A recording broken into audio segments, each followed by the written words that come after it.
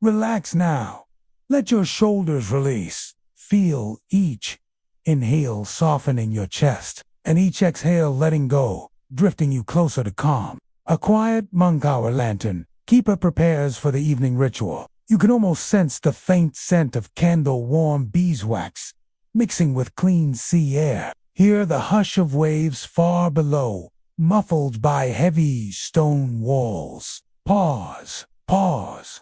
Our story tonight begins on a fog-swept isle, where moonlight glimmers on slate rooftops. Imagine yourself there, standing on the damp ground outside an ancient monastery. You feel a cool sea breeze brush your cheek. Softly, gently. Pause. Inside, the air is still, except for the faint wooden creak as the monk moves. He lights the final lantern, and a warm, honey amber glow fills the small chamber, dancing across cold stone. Notice the gentle sparkle of rising smoke. Pause. With each breath, allow your body to sink deeper. You're safe, held in this calm moment. Pause. Each inhale draws you closer to the rhythmic harmony of distant tides.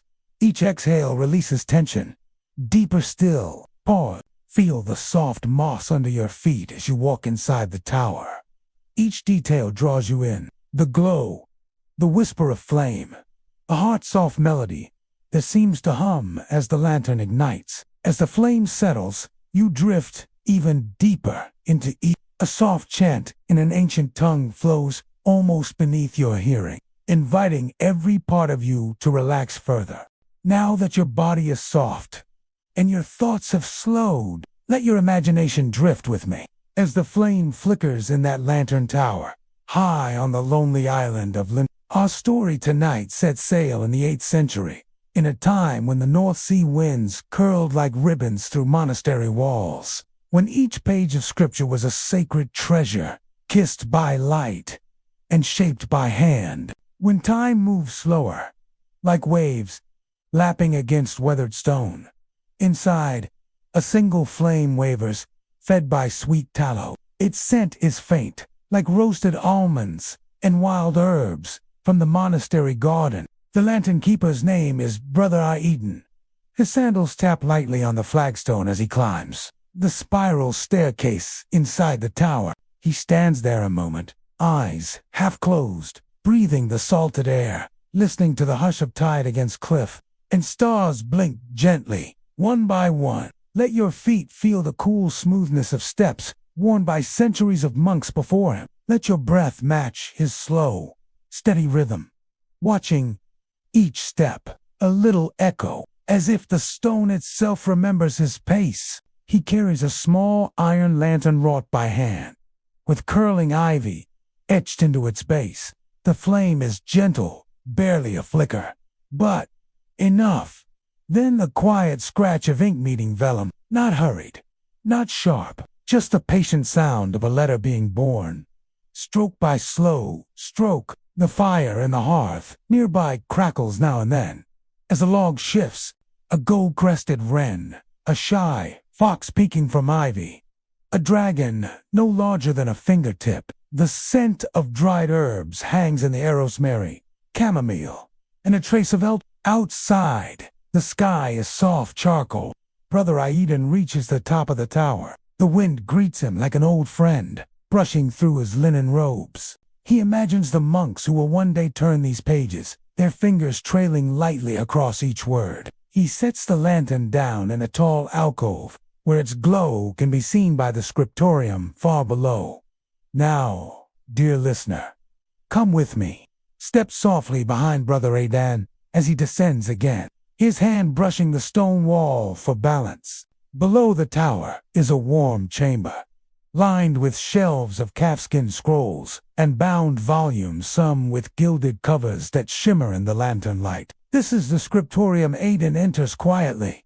The other monks are already gone to their cots, but one desk remains lit. One page waits to be finished. You might not know this, but medieval monks once believed the manuscripts copied under starlight glowed brighter, not just in gold or pigment, but in the soul. They said that divine light from the heavens whispered into the ink, making it holy. And so, Brother Aiden, though Sleepy sits one last time at the desk, beside his favorite candle made from lavender wax. Now, imagine him dipping a narrow quill into an ink. It makes a soft tap, like rain against a window. As you listen, notice the warmth of the script. Can you see the page he's writing? It's filled with curling script, shaped with reverence, and, in the margins, tiny painted animals. Brother Aiden smiles softly as he writes, "This page will join a sacred book, copied by hand and sent to another monastery across the sea. And you, too, can trail your thoughts across these peaceful moments. Let them carry you gently into rest." Now, listen closely. Outside the scriptorium, the sea begins its lullaby, a long, slow hush as the tide slips in, and then retreats again, over and over, rocking the island in an ancient rhythm. And in the courtyard, the wind sings through the arches, not with words, but with a hush and a hum, soft enough to make even the torches flicker with drowsy wonder. Brother Aiden leans back now. He finishes the final word. The page is complete. He closes his eyes and whispers a blessing over it. He carries the candle, still glowing, out into the corridor. Then, rising slowly, he returns the quill to its stand. You follow behind him, your feet light, your mind quieter now than it was before. The candle throws its glow in long, golden shapes along the wall stones, carved with tiny crosses, worn smooth from centuries of passing hands. Sees the starlight bathing the stones in silver. Outside his small chamber, Brother Aiden pauses. He breathes in the night again. Hears the call of an owl. Across the cliffs, he smiles and steps inside. The wooden door closes with a gentle click, soft as a breath, and the monastery falls into deeper silence. Inside his chamber, Brother Aiden sets the candle upon a carved oaken shelf. Its flickering light catches the edges of a woven tapestry, blues and greens, dyed from woad and nettle, showing a simple scene. A tree, a book, a rising moon. He offers no words, just silence, and a breath that floats like mist into the quiet. He kneels at a small prayer bench, the kind worn smooth where knees have rested over years. The wood is cool beneath his hands. Beneath it, the mattress is stuffed with dried rushes and lavender from the garden, the warmth of the blanket drawing you into rest. Hear the wind hum outside the shuttered window. Hear the sea hush again and again, like a mother rocking the earth to sleep. The shadows on the stone walls dance, like sleepy spirits, curling and swaying, slower with each flicker. And then, slowly, peacefully, he moves to the low bed in the corner. The blanket is wool, soft with age. As Brother Aiden settles in, the candle still burns low. Now, dear listener, imagine lying in that bed, the cool air on your cheek. Brother Aiden closes his eyes, and so do you, and here, something gentle begins. The space between waking and dreaming softens, and Brother Aiden begins to float, not in body, but in thought. He sees himself, still and calm, but the room around him slowly fades into something else. The stone walls dissolve into mist. In the water, lines of golden script float and curl words from books, lost to centuries. Yet here, in the dream, they live again. The candle becomes a star. It's warm in his hands. He unrolls it slowly, and the words shimmer, forming shapes of forests, rivers, and laughter. And the air hums with silver light. He is dreaming now, soft and waiting, like a lullaby, never sung aloud. And you are drifting alongside him. It feels like warmth, like memory, like a favorite blanket from childhood. The rows of herbs stretch outward into a field of endless twilight. Lavender, sage, and sweet balm brush against his robe as he walks. Each step glows faintly beneath his feet, as if the grass remembers starlight, in and out. As his dream deepens, and yours does too. In his dream, he walks through the monastery garden, though it's no longer bounded by stone. Above him, the sky swirls with constellations, some familiar, others ancient, drawn in patterns, forgotten by time, a lion with wings, a book with turning pages, a great lantern, burning at the heart of the sky, and just ahead, a circle of monks is gathered. They sit around a glowing pool, their faces serene, only a faint wisp of smoke remains, curling upward toward the beams. Brother Aiden approaches. One of the monks, cloaked in a robe woven from light, offers him a scroll. It is a story, not yet written, waiting for him. And you, gentle listener, can imagine that story too. A tale resting just at the edge of thought. As Brother Aiden reads, the dream thickens, like honey poured slowly from a spoon. The stars begin to hum, a low, rich note that wraps around him, and you, in a moment, let yourself drift there now. Let your mind follow the lull of Brother Aiden's breath. Nothing needs your attention now. The world is quiet. Your body is safe. The sea still sings. The wind still whispers, and the lanterns still glow high above the cliffs of Lindisfarne. Back in the waking world, the candle in Aiden's chamber has burned low. But inside the dream, the flame never fades. It becomes part of the stars, a guidelight perhaps, for others who dream, perhaps for you. Let your breath remain soft now, gentle and slow, as if your whole body is wrapped in a velvet hush, not with a stir, but like mist rolling across morning fields. Quiet and sure, the story continues. Brother Adon, still deep in dream, walks through a place not quite of this world, and not quite apart from it. Ahead of him, rising from the twilight grass, is a library. But this is no ordinary library. Scrolls, pages glowing faintly, as if lit from within. Not glass, but soft silk veils, billowing like sails in a wind that carries no chill. Only a memory of salt and light. Its walls are made of polished driftwood and weathered stone, each plank and slab humming with faint music.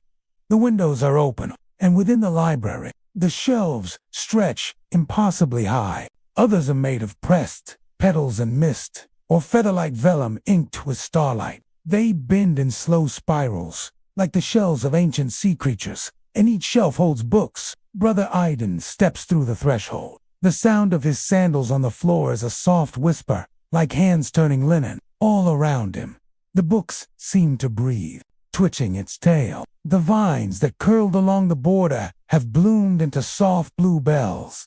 The ink is alive. Some hum gently. Others flutter their pages like wings. Some are bound in birch bark, stitched with silver thread, and there, on a pedestal, shaped like a curled fern, lies a familiar manuscript. It is the very same page Aiden finished before sleep, but now it has changed. The gold leaf margins glow brighter. The tiny fox he painted now shifts, just slightly. This is the secret he always suspected, that words, when written in love and light, continue to grow. Aiden reaches out, his fingers hovering just above the page, and then, from behind him, his robe is woven from night itself, with pinpricks of stars stitched into the fabric. Every book they pass seems to sing softly, like a shell held to the ear. Some whisper lullabies from faraway lands. Others hum the cadence of prayer or poetry, or echo with the laughter of children from centuries ago. Comes the sound of quiet footsteps. He turns. Another monk approaches, this one taller, with a face both youthful and old. The figure speaks not with sound, but with a voice that echoes in the mind like a lullaby. These are the dreams of those who wrote before you, he says. Unlike any other, it is forged from crystal and bronze, etched with symbols older than language. It burns with a light that pulses gently, like the beat of a heart at rest. Every word holds a memory. Every page is a doorway. Aiden bows his head in reverence, and so the monk leads him onward. Together, they move through the vast hall of dream-scribed stories. You, dear listener, float just behind them now. Feel the hush of the chamber. Imagine the faint scent of parchment and pressed rose petals, the warm amber glow from each page guides your thoughts, ever deeper into stillness. And then, the hall opens into a dome. Here, the ceiling is made entirely of night sky, no roof at all, only stars. In the center of the room stands a single great lantern. The monk turns to Aidan and says, "The small glows in your life that shine, even if only to you. This is the lantern of memory. It keeps alive the light of every kind word, every gentle act, every story shared in love, like the quiet turning of ancient pages." Aidan steps closer. The warmth from the lantern seeps into his skin, into his breath, into his very thoughts. And as he gazes into the flame, he sees flickering like tiny film reels moments from his own life, where time no longer hurries and nothing is expected of you. No thoughts must be solved. No questions must be answered. Only breath, only stillness. The first time he wrote a letter to a sick child. The time he helped a lost pilgrim find shelter before a storm. The morning he stayed late to finish a passage so another monk could rest. And you, listening so quietly now, you might feel your own memories rise to gentle moments, kind ones. The lantern remembers them all, and it holds them safely in its soft, golden light. You rest there now, beside Brother Aidan, in the warm hush of the dream library. Outside, the stars turn slowly. Inside, your heart finds its rhythm, steady and soft. The great lantern of memory continues to glow, steady, gentle, unwavering. Brother Aidan stands in its light, his hands folded softly at his chest. No words are spoken now, only stillness. The robed monk beside him fades slowly into the silver-blue mist. Not gone, just returned to that place between breath and story, where all dreams come from. Aidan remains a moment longer, eyes closed, letting the warmth soak into his bones, into his thoughts, into his heartbeat. And then, slowly, the dream begins to shift. Not in alarm, not with urgency, but with the natural quiet that comes when one chapter ends and another softly waits to begin. The glowing library dims, its walls of driftwood folding into air. The night sky above gently recedes. The swirling grass and curling bookshelves dissolve into mist. And now, Brother Aidan floats again, drifting like a single lantern on a dark sea, rocked by memory, carried by peace. And you, dear listener, you're right beside him, floating, drifting, light as a feather curled on the tide. Let the rhythm of your breath slow further still. Inhale, softly now, through the nose. Hold it like a warm cup of tea. Exhale, like you're letting go of an old story you've already heard. Let your hands relax even more, your face soften, your legs and feet heavy with warmth and calm. Aidan drifts and gently begins to descend. First, the dreamlight fades, then the lantern, then the stars, and then a soft creak, the sound of seabirds in the far-off sky.